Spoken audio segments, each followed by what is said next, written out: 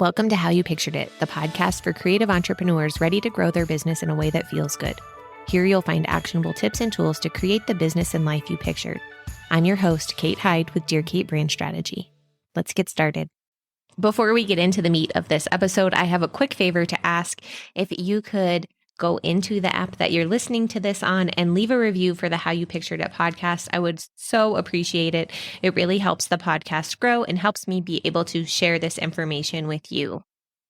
Let's get started. All right, I have been talking websites for a little while now, but I really want to roll it back and actually go back to the beginning of what you need for your website, and that is content. And before that, even, you need to figure out your brand messaging.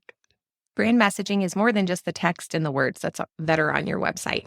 It's more about the overall feel of what you do, the transformation that you help people get from one point to the other. It's about letting someone know that they've landed in the right place and that you can speak to the problem that they have and fill it and solve it in a way that will make their life better. So today, what I want to do is go through a few questions that you can ask yourself to start really digging into what your brand message is. And this will help you when it comes to creating that website. It will help you when you're coming to even just post something on social media. It'll help you write those captions and know who you're speaking to, what you need to say, and how to help them understand what you do for them. So let's get into it. The first question we're going to ask is, what exactly do you do?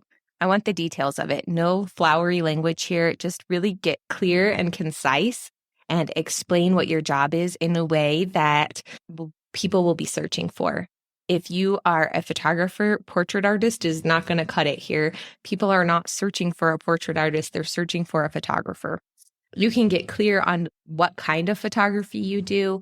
You can say you're a portrait photographer, but a portrait artist really kind of skews the language a bit, and we want to be clear and concise.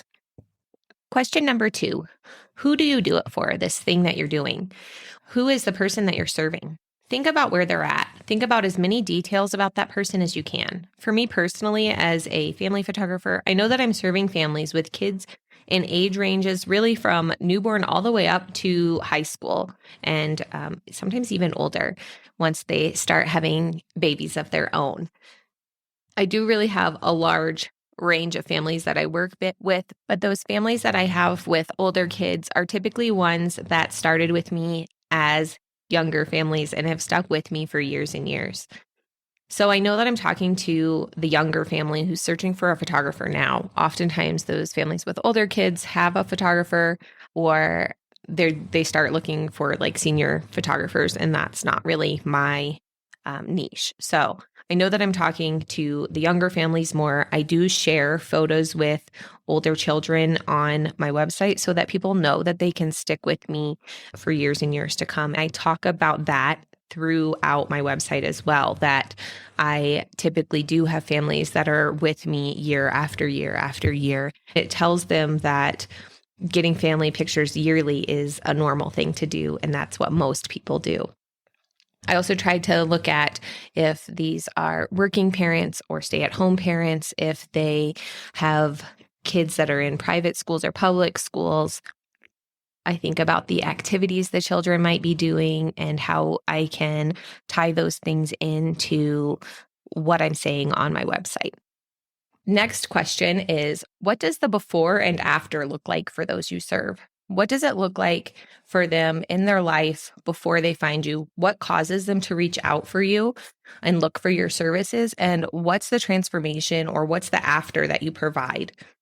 This, I know, sounds kind of hard as a photographer, but there is a before and after. The before is usually something like, I know I need family photos so that my kids have pictures of us all together, but I don't know how we're going to fit it in. And the after is they work with you for a mini session, so you were able to do it in a short time period, and they get those family photos.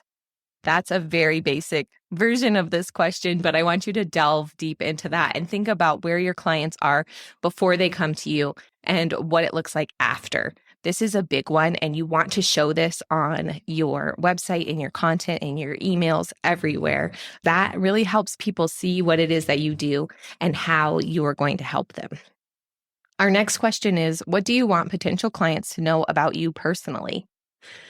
This is most likely going to go on your about page.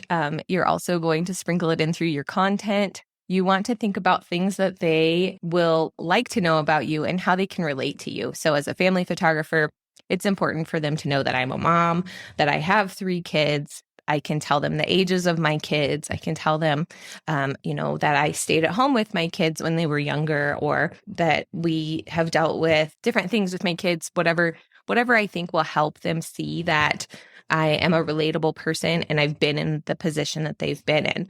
I can also tell personal stories from my before of having family photos and my after. So like I could talk about that time that I felt really uncomfortable in my skin and in my body type, but I knew that I wanted family photos for my kids to have. And now that they're done, I look back at them and I don't see the weight that was there that was stopping me. I see my kids at that age because I can't get that back. So sharing stories like that about how you can relate to the situation that they're in, you can share things about you personally as far as like, where you like to shop or what you like to do. Those things can help potential clients relate to you and get to know you and trust you. Our next question is, what do you want your business to be known for? If someone's going to say, oh, hey, Dear Kate Studios, I want you to have that thing written down. I want you to think about what you want people to say about you and about what you offer. All right. Our next question is, where do you serve people? Do you serve people in person? Do you serve people online? Are you a studio? Are you shooting outdoors? And these questions are not written specifically for photographers. So this really just depends on the service that you're offering. But you do want to jot down and include this information in all of your content. Where are you and where do you serve your people? I find even on like Instagram, when you tag the location, that's super helpful. Your website has to have the location precisely spelled out clearly in many places so that people know where they're landing. They know that you're someone that's available to work with. And we talked about this in the previous episode about websites. Your location is just so important. It's important for people to be able to find you. And then once they do find you, to know that they can work with you. The next question that we're going to talk about is, what are other people saying about you? These are your testimonials, or like dig back through old emails, things that clients have said back to you after your session or while they're searching for your services. This helps you get to the heart of what people love about your service. It also helps you see the problems as they're talking about them and the language that they're using when they reach out to you. If I go back and look at my contact forms, I can see, that people are saying that I want to get photos of my family before my kids get any older or get any bigger. Those are words that I need to then use on my website because it makes your potential clients feel like you're inside their head, like you know what they're thinking and how they're feeling. Our next question is, what questions do you get asked all the time? This kind of goes back to the previous one about what are people saying. You want to be able to answer those questions that are coming in through your emails or through your DMs or whatever comments that you're seeing. You want to be able to answer those questions before they're even asked. And again, that goes back to making your client feel like you understand them and that you're kind of in their head. And then the last question that I want to pose to you is, why wouldn't someone hire you? What objections do they have to hiring you as a photographer? Spell those out. Think about why someone tells you that they've gone with someone else. Knowing these things makes it easier to overcome those objections. And again, you can kind of jump out in front of what people are saying or asking and objecting to before they even get there. So if price is an issue you're commonly facing, you're seeing people say, oh, you're too expensive for me. This is a place where you might think, okay, well, maybe I need to have my pricing on my website or better explain my pricing so that people are not feeling that objection. I need to share my value more. I need to talk about, yes, it is expensive, but this is why, kind of things. And that will help you again with all of that messaging on your website. If you want more help with your website, I do have space available in my Website Launch Accelerator.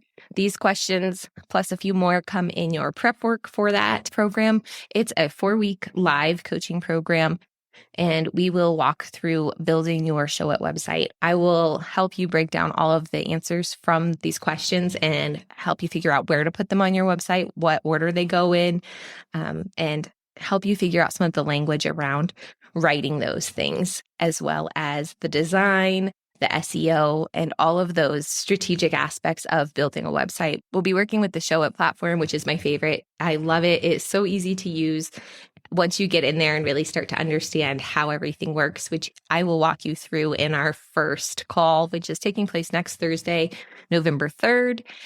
If you're hearing this later and you're like, I missed it, but I'm interested in this, DM me at Dear Kate Brand Strategy on Instagram or on TikTok. I would love to share more with you about this program, and you can find a link to the program in the show notes.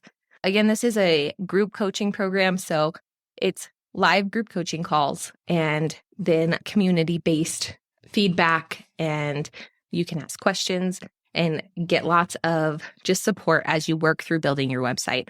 I know personally, I love to build my own websites because I like that control over it, but figuring out where everything goes and learning the ins and outs of the program and understanding all of that took a long time for me to get to a point where I feel really good and confident in being able to help you do the same thing. There is a way that a website should be built when you're a solopreneur and you want to do it yourself.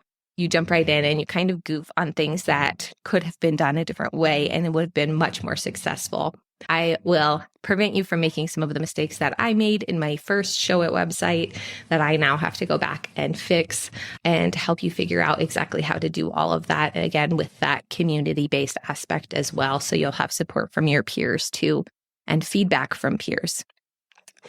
All right. Thanks so much for listening in to this episode of How You Pictured It. I would love for you to leave me a review on Apple Podcasts or Spotify. Those things help other people find the podcast and help me share this information more. I will talk to you again soon. Have a great day. Bye.